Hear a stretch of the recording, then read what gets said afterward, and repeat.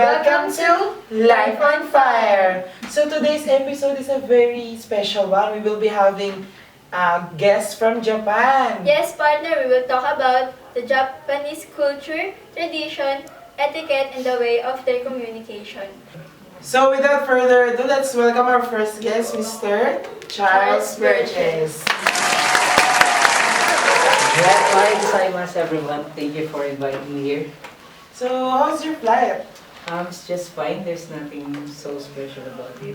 Can you cite some examples of your experience in Japan? In Japan, there's a lot of big differences in Japanese and Filipino people. Could you please give us an example?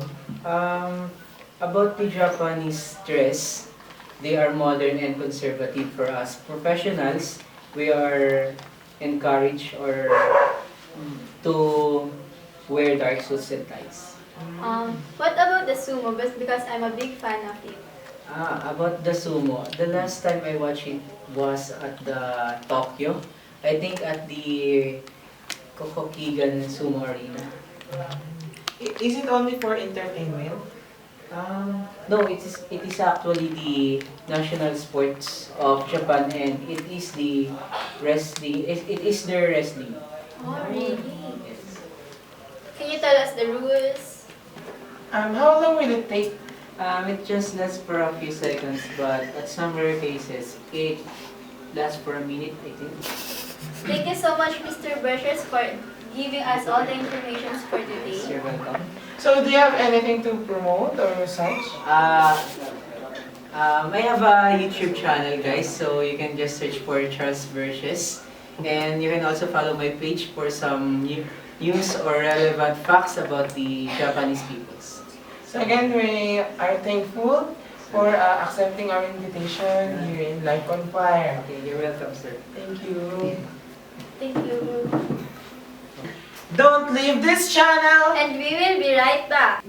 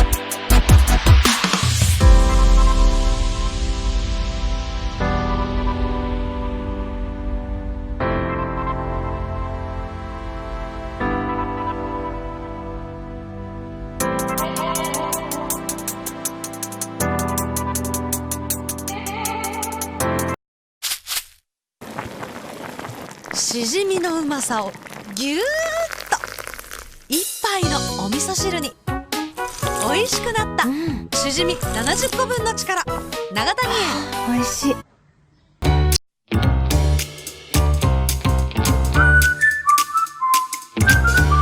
So now we're back! And now we're going to talk about the way of communication in Japan. Let us all welcome a professor in communication in Japan, Mr. Raziel Kamara. Hello everyone. So we suppose your flight has been good. Yes, it's actually less stressful this time. Mr. Kamara, we believe that there are common things we should know on how Japanese communicate with each other. Could you give us some example? Okay, let's start with where the Japanese rely on. Facial expression. Facial expression plays an important role in human interaction because they will know or can read what the other person feels because they focus on non-verbal communication rather than spoken communication that has several meanings. Wow, that was a pretty good example, right, sister? Yes, that's right, sister, since we Filipinos believe, and most of our mothers likes gossips. Haha. Well, that was a pretty good example for us as a Filipino. Half meant, sis. Also, most Japanese people maintain an expression, not shouting. So, they also believe that turning down someone's gift is negativity. Like, you will lose the person's trust. So, in Japan, they always accept the gift gracefully. That was a surprising fact. Yes, sister, I didn't know that reflection is a part of country's culture. Actually, yes. In fact, they even made a book called Gaijins. So, for foreigners, so that they will know their communication in Japan. So there will be a guide for the foreigners who want to go in Japan. Yes. I think it will be appropriate for the foreigners to read the book first. Yes, that is correct. So there will be no insults or anything. But that was good, not humiliating someone in public. Yeah. So all in all, So all in all, they do not priority criticize, insult, or put anyone on the spot. yes, it is good part of their culture, right, sister? They don't humiliate someone in front of someone or in front of the public. Yes, Yes. that's why Japan is a best place or a good place. Thank you. Thank you for that, Mr. Kamara. So do you have anything to promote? I actually do online classes on Facebook or YouTube. Go to fropraz.com. So thank you again, Mr. Kamara. Thank you very much. Arigato. And now, let's proceed with Japan's common etiquettes. Let us all welcome our communications manager in Japan, Mr. Jake Hapita. Good day, sir. Good morning. Sir, since you are more aware than us on what's going on in Japan, can you tell us on what to avoid doing there? Yes, just like in gift giving, a bouquet of white flower is an inappropriate gift in Japan because they often associated with funerals and death. Oh, I see. That is why I only see them giving flowers only in funerals. I also observed that Japanese wear formal attire during funerals, unlike here in the Philippines. Yes, that's right. They do that not to cause any attention. Wearing jewelry is not permitted in attending funerals. Also, I want to add that gift giving is serious in Japan. Yes. Always receive the gift graciously. Yes, the giver of the gift should feel appreciated, right, sister? Yeah, that's right. It is also to avoid embarrassment when the person receiving the gift doesn't appreciate it at all. Yes. Also in paying at the cashier, they always offer a tray when paying. Oh, that's good because there are scenarios that coins will be fallen from our bare hands. Also, sister, coins and money, rather, can carry bacteria since it is transferred from one person to another. Also, sister, there are certain bacteria that are carried by money because it is transferred from one person to another. Yes. Yes, that's right. I also believe in his opinion. Thank you so much, sir, for having me here. Thank you.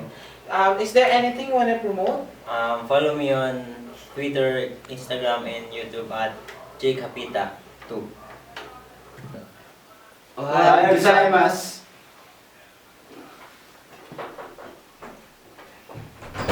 Kirei Japanese bow. A 30-degree bow used to thank or greet people.